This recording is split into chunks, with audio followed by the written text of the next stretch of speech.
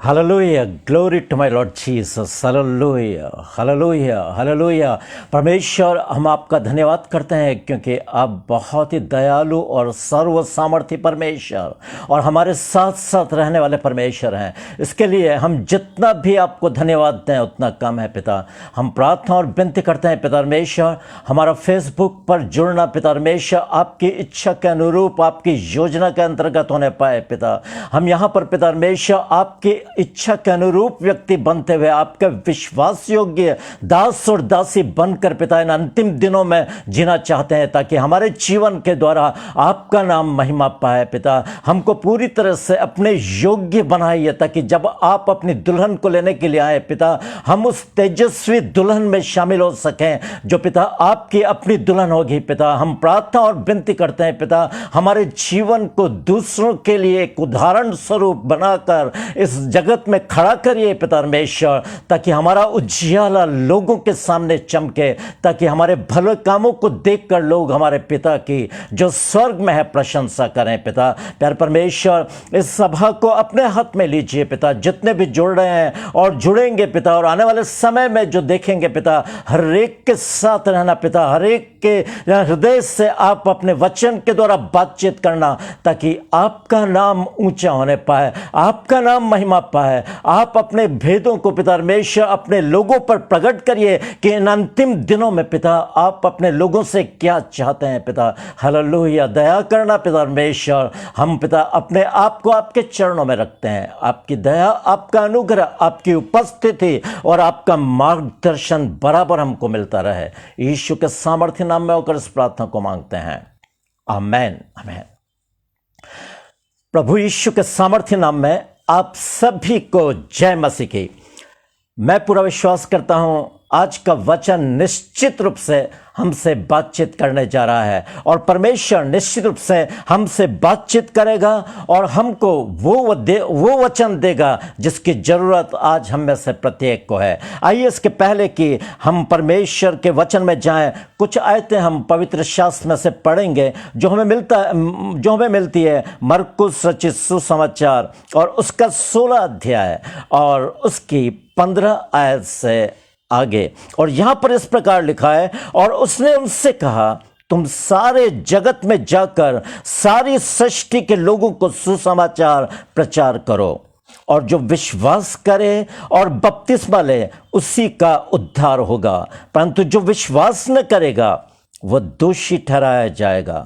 और विश्वास करने वालों में ये चिन्ह होंगे कि वे मेरे नाम से दुष्ट आत्माओं को निकालेंगे, नई नई भाषा बोलेंगे और सांपों को उठा लेंगे, और यदि वे प्राण घातक वस्तु भी पी जाएं तो भी उनकी कुछ हानि ना होगी। वे बीमारों पर हाथ रखेंगे और वे चंगे हो जाएंगे। हालेलुया। मैं पूरा विश्वास करता हूं आज इस वचन के द्वारा परमेश्वर हम में से प्रत्येक से बातचीत करने जा रहा है, और जब परमेश्वर हमसे बातचीत करता है तो निश्चित रूप से हमें अपने आप को दीन और नम्र बनकर उसके चरणों में रखना है, और उसकी आज्ञाकारिता में चलने के लिए, उसके वचन के अनुसार चलने के लिए हमें अपने आप को सौंपना होगा। तभी हम परमेश्वर से खुश होंगे, क्योंकि परमेश्वर ने अपने वचन में कहा है, पवित्र शास्त्र में इस बात को लिखा है कि मैंने अपने बड़े नाम से अधिक अपने वचन को महत्व दिया है। हालेलुया। जैसा कि परमेश्वर स्वयं बोलता है कि मैंने अपने बड़े नाम से अधिक किसको महत्व दिया है? अपने वचन को महत्व दिया है। आज जरूरत इस बात की है कि हम उसके वचन के अनुसार अपने आप को चलने के लिए उसके चरणों में समर्पित करें, क्योंकि मेरे और आपके जीवन से परमेश्वर यही चाहता है। और जब हम परमेश्वर की इच्छा के अनुरूप आगे बढ़ेंगे तो निश्चित रूप से आप मानकर चलिए कि आपको परमेश्वर एक सामर्थ्यशाली हथियार के रूप में इस जगत में इस्तेमाल करेगा। और यहां पर हम देखते हैं कि वचन में लिखा है, और उसने उनसे कहा, तुम जाओ और जाकर सारी सृष्टि के लोगों को सुसमाचार प्रचार करो, और जो विश्वास करे और बपतिस्मा ले उसी विश्वास न करेगा वो दोषी ठहराया जाएगा। और विश्वास करने वालों के ये चिन्ह होंगे कि वो मेरे नाम से दुष्ट आत्माओं को निकालेंगे, वे नई नई भाषा बोलेंगे, वे सांपों को उठा लेंगे, और यदि वे प्राण घातक वस्तु, क्योंकि परमेश्वर हमारे जीवन से इसी विश्वास को देखना चाहता है कि जब हम उसकी आज्ञाकारिता में चलेंगे तो निश्चित रूप से परमेश्वर हमको बिल्कुल वैसा ही जीवन देगा जैसा वो मेरे और आपके जीवन से चाहता है। परंतु सबसे पहले जो चीज वो हमारे जीवन में देखना चाहता है वो है आज्ञाकारिता। प्रभु यीशु मसीह ने कहा था, यदि तुम मुझसे प्रेम रखते हो तो मेरी आज्ञाओं को मानोगे, और तब मैं अपने पिता से विनती करूंगा और वो तुम्हें एक सहायक देगा जो सर्वदा तुम्हारे साथ रहेगा। हमें परमेश्वर की आज्ञाकारिता उसके चरणों में समर्पित करना है, तभी हम परमेश्वर के योग्य बनेंगे। और यहां पर हम देखते हैं, आज हम ऐसे विषय पर मनन करने जा रहे हैं जो बहुत ही विवादात्मक विषय है, जो विवादों का कारण रहा है, और वो विषय है बपतिस्मा। बपतिस्मा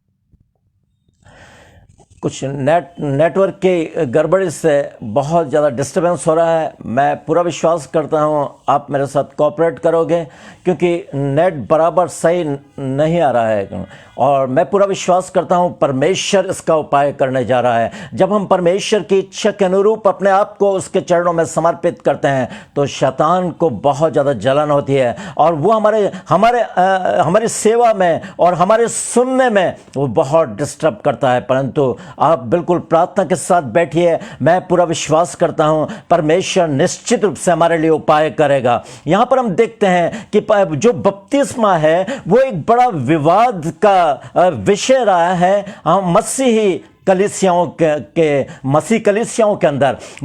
आज बहुत सारे मसीह विश्वासी हैं जो विभिन्न वर्गों में पाए जाते हैं, और अलग अलग डिनोमिनेशंस को यदि हम देखें तो मेथोडिस्ट चर्च है, Pentecostal church, CNI church, CFI और सीएसआई, और तमाम बहुत सारे ऐसे चर्च हैं जहां पर अलग अलग तरीके से बपतिस्मों के रिवाज है, बपतिस्मों की रीति या बपतिस्मे की विधि पूरी की जाती है। परंतु यहां पर हम देखते हैं कि परमेश्वर का वचन किस बपतिस्मे के विषय में हमें बता रहा है। हमें उसकी आज्ञा के अनुसार यदि हम चलेंगे तो निश्चित रूप से परमेश्वर आने वाले समय में हमको एक सामर्थ्यशील हथियार के रूप में इस्तेमाल करेगा। परमेश्वर अपने वचन के अनुसार हमको आगे बढ़ते हुए देखना चाहता है। यहां पर हम देखते हैं कि बहुत से लोग आज डूब का बपतिस्मा भी लेते हैं, बहुत से लोग छिड़काव का बपतिस्मा लेते हैं, बहुत से लोग ऐसे हैं जो उंडेले जाने का बपतिस्मा लेते हैं, और इस प्रकार विभिन्न प्रकार की विधियां और विभिन्न प्रकार का प्रचलन है बपतिस्मे की विधि पर। परंतु हमें किसी भी विवाद में पड़ने की आवश्यकता नहीं है, परंतु यदि हम सचमुच में परमेश्वर के विश्वासी हैं और उसको हमारे जीवन के द्वारा यदि हम उसको प्रसन्न करना चाहते हैं तो पवित्र शास्त्र एकमात्र वो जरिया है जो परमेश्वर ने मुझको और आपको दिया है, ताकि पवित्र शास्त्र में देखकर, पवित्र विधि को सीखकर हम उसमें आगे बढ़ सकें। यहां प्रभु यीशु मसीह कह रहा है, प्रभु यीशु मसीह कहता है, तुम सारे जगत में जाकर सुसमाचार प्रचार करो, और जो विश्वास करे और बपतिस्मा ले उसी का उद्धार होगा, परंतु जो विश्वास न करेगा वो दोषी ठहराया जाएगा। अब हम यहां पर एक सबसे महत्वपूर्ण चीज देखने को मिलती है, वो ये है कि प्रभु यीशु मसीह कहता है जो विश्वास करे और बपतिस्मा ले। सबसे पहला विश्वास आता है, और परमेश्वर विश्वास के बाद जिस प्रक्रिया को पूरा होते हुए हमारे अंदर देखना चाहता है वो है बपतिस्मा। बपतिस्मा, यदि बच्चे को बपतिस्मा छिड़काव कर दिया जाता है तो सचमुच में बच्चा ही है, वो विश्वास के विषय में जानता भी नहीं, उसको एबीसीडी भी पता नहीं है। तो ये बपतिस्मा, छिड़काव का बपतिस्मा, न तो बाइबल में कहीं उसका वर्णन है और न कहीं, वहां बाइबल में ये जरूर है कि 8 दिन के बाद प्रभु यीशु मसीह के माता पिता उसे मंदिर में ले गए ताकि खतने की विधि को पूरा करके उसका नामकरण नामकरण किया जाए, और वहाँ पर उसका नाम उन्होंने यीशु रखा और खतने की विधि को वहाँ पर पूरा उन्होंने किया। और उसके बाद ही ऐसा नहीं है कि वहाँ बपतिस्मा उसको दिया गया, परंतु बपतिस्मे के लिए बहुत जरूरी है कि हम सबसे पहले विश्वास करें। और विश्वास हम तब भी कर सकते हैं जब हम विश्वास के विषय में समझेंगे, जब हम भले और बुरे के ज्ञान को समझने लग जाएंगे, जब हम मैच्योर हो जाएंगे, और जब हम पवित्र शास्त्र की बातों को पढ़कर उसको जानने की इच्छुक एक उत्सुकता हमारे जीवन में होगी, तभी विश्वास हमारे जीवन में बढ़ेगा। इसके पहले हम विश्वास में अनमैच्योर हो रहते हैं, हमें कोई मैच्योरिटी नहीं। और यदि बिना मैच्योरिटी के, बिना के विश्वास को जाने यदि हम बपतिस्मा लेते हैं, तो एक फॉर्मेलिटी होगी, एक परंपरा होगी जिसको हम पूरा कर रहे हैं। और हमारा परमेश्वर परंपराओं का परमेश्वर नहीं, परंतु वो वास्तविकता का परमेश्वर है। परमेश्वर मेरे और आपके जीवन में वास्तविकता को देखना चाहता है। मैं नहीं जानता कि छिड़काव और उंडेले जाने का बपतिस्मा और जो कुछ भी दूसरे बपतिस्मे हैं वो किस प्रकार से शुरू किए गए, परंतु हमारे पूर्वजों और बाप दादाओं को और हमारे पितरों ने जो परंपरा डाली है, उसी परंपरा को पकड़े रखकर उसी परंपरा पर चलना ये बुद्धिमानी नहीं है। हमारे बाप दादाओं से गलतियां हो सकती है और हम नहीं जानते कि उन्होंने किस मजबूरी में इस परंपरा को शुरू करा, वो भी हम नहीं जानते। परंतु यदि आज जब हम बपतिस्मा ले सकते हैं तो हमें उसी बपतिस्मे को स्वीकार करना होगा जिसका वर्णन पवित्र शास्त्र बाइबल में पाया जाता है। और यदि ऐसा नहीं करते तो निश्चित रूप से हम परमेश्वर की आज्ञा की अवहेलना कर रहे हैं। बहुत जरूरी है कि हम परमेश्वर के वचन को समझकर, सीखकर, अपने हृदय में उसको उतारकर और फिर बपतिस्मे के लिए हम आगे बढ़े। और बहुत जरूरी है, हमने सबसे पहला स्टेप हमने जो सीखा था वो था नया जन्म। बिना नया जन्म पाए बपतिस्मे को लेना ये हमारे लिए बिल्कुल बेकार साबित हो सकता है। हम उसमें परमेश्वर से कुछ भी प्रतिफल नहीं पा सकेंगे, क्योंकि परमेश्वर ऐसे बपतिस्मों से जो बिना सोचे समझे लिया जाए, चाहे वो डूब का बपतिस्मा ही क्यों ना हो, चाहे छिड़काव का क्यों ना हो, चाहे उंडेले जाने का क्यों ना हो, वो हमारे आत्मिक जीवन में कभी भी हमको फलवंता नहीं दे सकता। परंतु हमें जानना होगा कि बपतिस्मा क्या है, हमें जानना होगा कि विश्वास क्या है। और जब हम जानकर फिर परमेश्वर की आज्ञा में आगे बढ़ेंगे, तभी हम परमेश्वर से एक सही प्रतिफल को हम पा सकेंगे और हमारे अंदर परमेश्वर की फलवंता वास करने लगेगी। हम देखते हैं प्रभु यीशु मसीह ने किस प्रकार से बपतिस्मा लिया, वो मेरे और आपके लिए एक एग्जाम्पल है। परंतु दादाओं और पूर्वजों और पितरों की जो परंपरा है वो हमें छोड़नी होगी, क्योंकि वो गलती कर सकते हैं, हमारे पूर्वज गलती कर सकते हैं, हमारे बाप दादा गलती कर सकते हैं। कोई जरूरी नहीं कि हम उनकी गलती को पकड़े रहें और उनकी परंपरा में हम आगे बढ़ते जाएं, जबकि वचन कुछ और अलग बता रहा है। उन्होंने किस मजबूरी में किस प्रकार से बपतिस्मा की ये रीति शुरू करी हम नहीं जानते, परंतु जैसा भी उन्होंने करा है वो उस समय शायद ठीक होगा। परंतु आज जब हम देखते हैं तब हम बपतिस्मे परमेश्वर के बताए हुए इस वचन में बताए गए बपतिस्मे को हम ले सकते हैं, तो हमें वैसा ही करना है, क्योंकि इसी से यही परमेश्वर मेरे और आपके जीवन से चाहता है ना। और उसके बाद हम देखते हैं कि बपतिस्मा ये अलग अलग तरीके से, बहुत सारे लोगों में अलग अलग भावनाएं हैं बपतिस्मे के विषय में। बहुत से लोग इसको नामकरण की विधि को बपतिस्मा कहते हैं, बहुत से लोग धर्म परिवर्तन को बपतिस्मा कहते हैं, बपतिस्मा दिया है तो धर्म परिवर्तन हो रहा है। ऐसी बात नहीं है। ये सारी चीजें बिल्कुल वचन के अनुसार यदि हम देखते हैं तो बिल्कुल गलत है। न तो नामकरण बपतिस्मा हो सकता है और न धर्म परिवर्तन के लिए बपतिस्मा हो सकता है। परंतु बपतिस्मा प्रभु यीशु मसीह जब अपने विषय में जब बताता है, प्रभु यीशु मसीह जब 30 वर्ष का हुआ तो वो गलील से यरदन नदी के किनारे बपतिस्मा लेने के लिए गया है। बिल्कुल स्पष्ट रूप से लिखा हुआ है कि वो यरदन नदी के किनारे यूहन्ना से बपतिस्मा लेने के लिए गया। और यूहन्ना ने जब प्रभु यीशु मसीह को देखा तो उससे कहा, मुझे तेरे हाथ से बपतिस्मा लेने की जरूरत है और तू मेरे पास आया है। तब प्रभु यीशु मसीह ने क्या बोला, अब तो ऐसा ही होने दे, क्योंकि हमें इसी रीति से सारी धार्मिकता को पूरा करना है। प्रभु यीशु मसीह ने क्या बोला यूहन्ना को, हमें इसी रीति से सारी धार्मिकता को पूरा करना है। मतलब यही रीति है जो प्रभु यीशु मसीह ने मेरे और आपके लिए एक एग्जाम्पल के रूप में रखी है। उसी रीति के अनुसार परमेश्वर चाहता है कि हम बपतिस्मे की रीति अपने जीवन में लें। बपतिस्मा हम अपने जीवन में उसी रीति से लें जिस रीति से प्रभु यीशु मसीह ने लिया था। और तब यूहन्ना ने उसकी बात को मान लिया।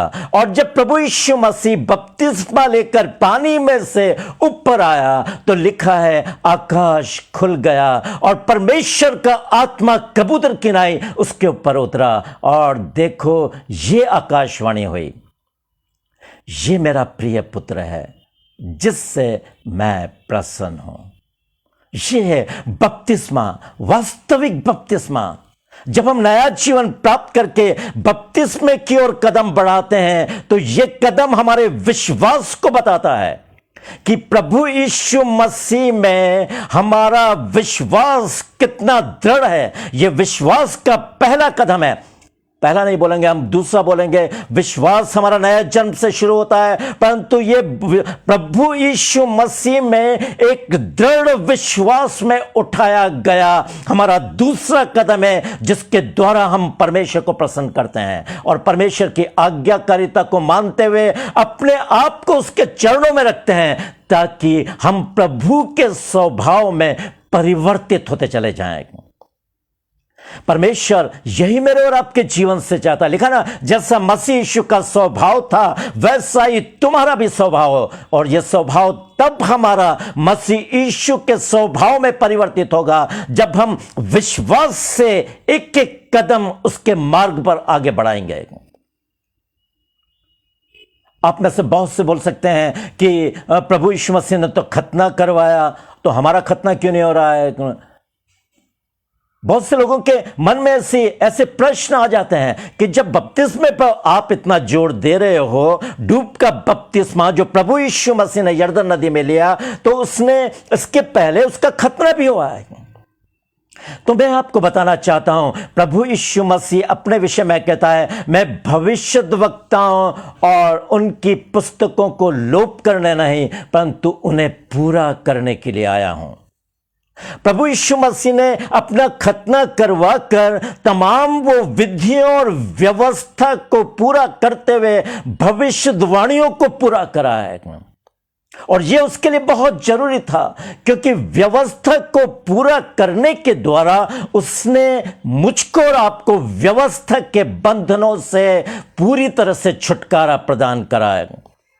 यदि वचन में यदि हम पढ़ेंगे तो वहां लिखा, और उसने तुम्हें भी, यदि कुलुस्सियों और उसका दूसरा अध्याय और 13 से 16 है तो आप पढ़ोगे तो वहां पर इस प्रकार लिखा है, और उसने तुम्हें भी जो अपने अपराधों और अपने शरीर की खतना रहित दशा में मुर्दा थे, उसके साथ जानताओं और अधिकारों को अपने ऊपर से उतार कर उनका खुल्लम खुल्ला तमाशा बनाया और क्रूस के कारण उन पर जय जयकार की ध्वनि सुनाई।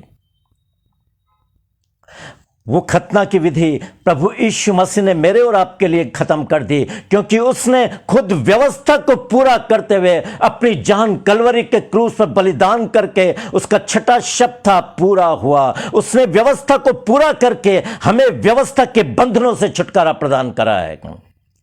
बपतिस्मा ये नए नियम की विधि है जो जिसके लिए परमेश्वर ने जिस इस व्यक्ति को तैयार करा था वो यूहन्ना बपतिस्मा देने वाला है, जो अपनी मां के गर्भ से ही पवित्र आत्मा से परिपूर्ण था, जिसके विषय यशायाह कहता है, मैं जंगल में एक पुकारने वाले का चाहता है। परमेश्वर हमें हमारे जीवन से इस विधि को पूरा करने के लिए हमको आज उसकी आंखें मेरे और आपके ऊपर लगी हुई है। तो क्या जब हम अपने आप को प्रभु यीशु मसीह के अनुयायी कहते हैं, तो क्या हम उसकी आज्ञाओं के अनुसार नहीं चलना चाहेंगे? हमें उसकी आज्ञाकारिता में चलना है, तभी हम परमेश्वर को प्रसन्न कर पाएंगे, क्योंकि हम मेरे और आपके उद्धारकर्ता प्रभु यीशु मसीह ने एक एग्जाम्पल रखकर यह सिद्ध किया है कि हमें डूब का बपतिस्मा उस समय लेना है जब हम प्रभु को अच्छी तरह से जानने लगे हैं, जब हमने नया जीवन प्राप्त करके अपने पापों को कलवरी के क्रूस पर स्वीकार किया है और यीशु को अपना व्यक्तिगत उद्धारकर्ता ग्रहण किया है। उसके बाद ही यदि जब हम इस प्रक्रिया को अपने जीवन में स्वीकार करते हैं, तो हम परमेश्वर की इच्छा के अनुरूप परमेश्वर हमको आगे बढ़ाने के लिए हमारे साथ है। पवित्र आत्मा हमारी अगुवाई करने लगेगा। परंतु यदि हम जानबूझकर ऐसा नहीं कर रहे हैं, तो कहीं ना कहीं ये सारी चीजें मेरे और आपके आत्मिक जीवन के लिए रुकावट बन सकती है।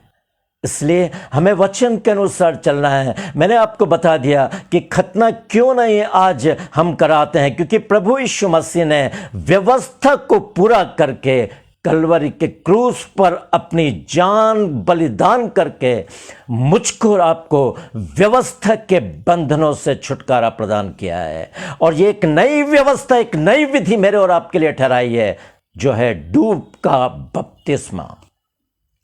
और ये तब हमारे जीवन में हमको आशीषित करेगा जब हम बहुत ही प्रभु यीशु मसीह को अपना व्यक्तिगत उद्धारकर्ता जानकर अपने पापों से पश्चाताप करके जब हम इस विधि को लेते हैं, तो निश्चित रूप से परमेश्वर मेरे और आपके जीवन को आशीषों से परिपूर्ण करते हुए अपनी इच्छा के अनुरूप बपतिस्मे के द्वारा ही हम अपने विश्वास को प्रभु यीशु मसीह पर प्रकट करते हैं कि प्रभु मुझे विश्वास है कि तू मेरा परमेश्वर है, और हम दृढ़ प्रतिज्ञ हो जाते हैं कि आज जीवन में तेरे सम्मुख विश्वास का जीवन जीऊंगा, और चाहे मेरी जान भी यदि चली जाए तो भी मैं विश्वास में कभी डगमगाऊंगा नहीं।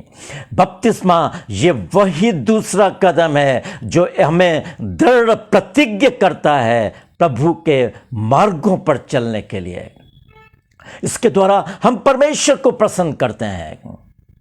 इसलिए बपतिस्मा बहुत ही महत्वपूर्ण विधि है हम विश्वासियों के लिए, हम मसीहों के लिए। ऐसा नहीं सोचना कि हम CNI के हैं या मेथोडिस्ट के हैं या CFI के हैं या CSI के हैं तो ये बपतिस्मा हमारे लिए नहीं है। नहीं नहीं नहीं नहीं नहीं। जब प्रभु यीशु मसीह मेरा और आपका परमेश्वर है, तो हमें प्रभु यीशु मसीह के मार्ग पर चलते हुए वैसे ही कामों को करना है जो प्रभु यीशु मसीह ने मेरे और आपके लिए एक एग्जाम्पल के रूप में रखा है। क्योंकि वचन में लिखा है ना, पतरस बोलता है कि वो दुख उठाकर तुम्हें एक आदर्श दे गया है कि तुम भी उसके चिन्हों पर चलो।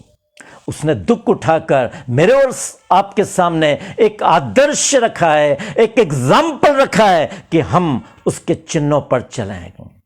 और यदि हम ऐसा नहीं कर रहे हैं तो कहीं ना कहीं हम किसी न किसी बात में शैतान के जाल में फंसे हुए हैं। हमें शैतान के उस जाल से निकलकर हमारे सोच को पवित्र शास्त्र के सोच के अनुसार परिवर्तित करते हुए हमें अपने जीवन में बदलाव लाने की जरूरत है। मैं ये नहीं कहता कि जिस कलीसिया में आप हैं उस कलीसिया को छोड़कर किसी दूसरी कलीसिया में आप चले जाओ। आप अपनी कलीसिया में रहते हुए अपने पासबान से डूब का बपतिस्मा लेने के लिए पूरी तरह से स्वतंत्र हैं। और निश्चित रूप से परमेश्वर आपकी अगुवाई वहीं पर करना शुरू करेगा। कलीसियाओं को बदलना के लिए परमेश्वर नहीं बोलता या पवित्र शास्त्र नहीं बोलता। हम जिस कलीसिया में उस कलीसिया के प्रति विश्वास योग्य रहकर हम वहीं पर डूब का बपतिस्मा लेकर और हम अपने विश्वासी जीवन में आगे बढ़ सकते हैं। समझ में आ रहा है ना आपको? आप बहुत ही इस पर मनन करिए और इस बात को सोचिए, समझिए कि जब प्रभु ने मेरे और आपके लिए एक एग्जाम्पल रखा है तो क्या मुझको और आपको उसके एग्जाम्पल के अनुसार नहीं चलना चाहिए? परंतु हां, एक बात जरूर है, वो ये है कि बपतिस्मा पुराने नियम की घटना पर आधारित है। पुराने नियम की घटना पर बपतिस्मा आधारित है। वचन के अंदर लिखा है, वचन में लिखा है, वहां इस प्रकार लिखा है, हे भाइयों, मैं नहीं चाहता कि तुम उनके विषय में अज्ञात रहो। कहां लिखा है? पहला कुरिन्थियों उसका 10वां अध्याय और उसकी पहली आयत से ही पौलुस आगे बता रहा है, हे भाइयों, मैं नहीं चाहता कि तुम उनके विषय में अज्ञान रहो। क्योंकि वहां लिखा है, क्योंकि हमारे सब बाप दादे बादल के नीचे थे और सब ने बादल के नीचे और समुद्र में मूसा का बपतिस्मा लिया।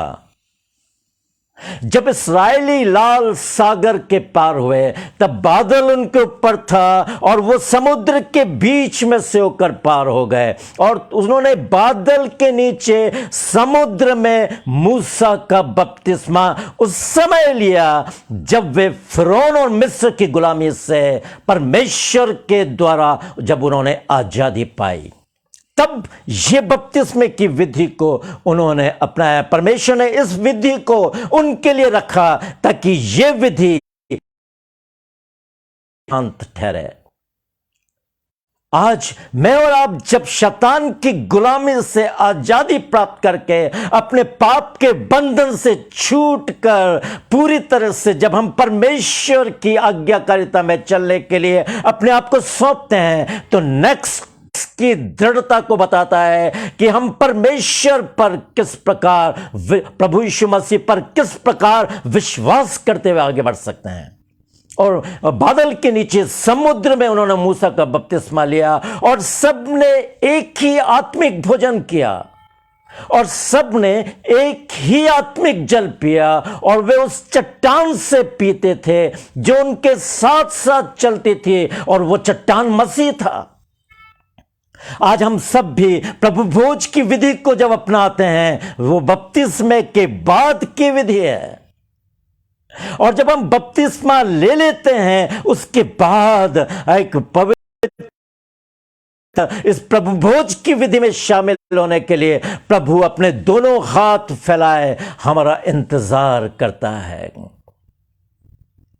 उन्होंने भी एक ही आत्मिक भोजन किया और एक ही आत्मिक जल पिया और वो उस चट्टान से पीते थे।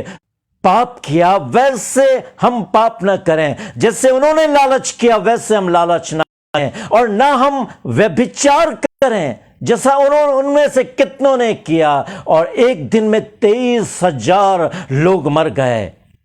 और ना हम प्रभु को परखें जैसा उन्होंने किया और वो सांपों के द्वारा नाश कर दिए गए। और ना हम दृष्टांत के रूप में रखी गई है, दृष्टांत के अनुसार आगे बढ़ रहे हैं। और उनमें से लिखा है, उनमें से बहुतों से परमेश्वर प्रसन्न हुआ। क्यों प्रसन्न हुआ? क्योंकि सब कुछ परमेश्वर उनके लिए कदम ब कदम पूरा कर रहा था। हर एक जगह उनका सहायक और मददगार था। उसके खाने पीने बैठे और खेलने कूदने उठे। जैसे उन्होंने व्यभिचार किया वैसे हम व्यभिचारी ना बने। ये सारी चीजें मेरे और आपके लिए एक उदाहरण है कि हमें कैसे चाल चलनी है बपतिस्मे के बाद। की तरह गलत चाल चलते हुए आगे बढ़ेंगे तो परमेश्वर को हम कभी प्रसन्न नहीं कर पाएंगे। लिखा है वो जंगली में ढेर हो गए क्योंकि उन्होंने प्रभु की बात को माना नहीं। यदि इन सारी बातों को पूरा करते हुए हम अपने पुराने मनुष्यत्व में फिर से ईश्वर को कभी प्रसन्न नहीं कर पाएंगे। फल पर हाथ रखकर पीछे की ओर देखता है, वो परमेश्वर के राज्य के योग्य नहीं। और इस्राएलियों ने ऐसा ही किया, और यही कारण था कि वो जंगल में ढेर हो गए। परंतु मुझे और आपको सीखने की जरूरत है। जब हमने बपतिस्मा लिया है, जब नया जब प्रभु है, ताकि परमेश्वर मेरे और आपके जीवन से प्रसन्न हो सके। मैं पूरा विश्वास करता हूं आपको वचन निश्चित रूप से समझ में आया होगा, और इसके आगे की घटनाओं को मैं बाद में बताऊंगा। नेटवर्क बहुत गड़बड़ कर रहा है, परंतु मैं पूरा विश्वास करता हूं कि वो बातचीत करे और हम में से प्रत्येक को आशीषित करे।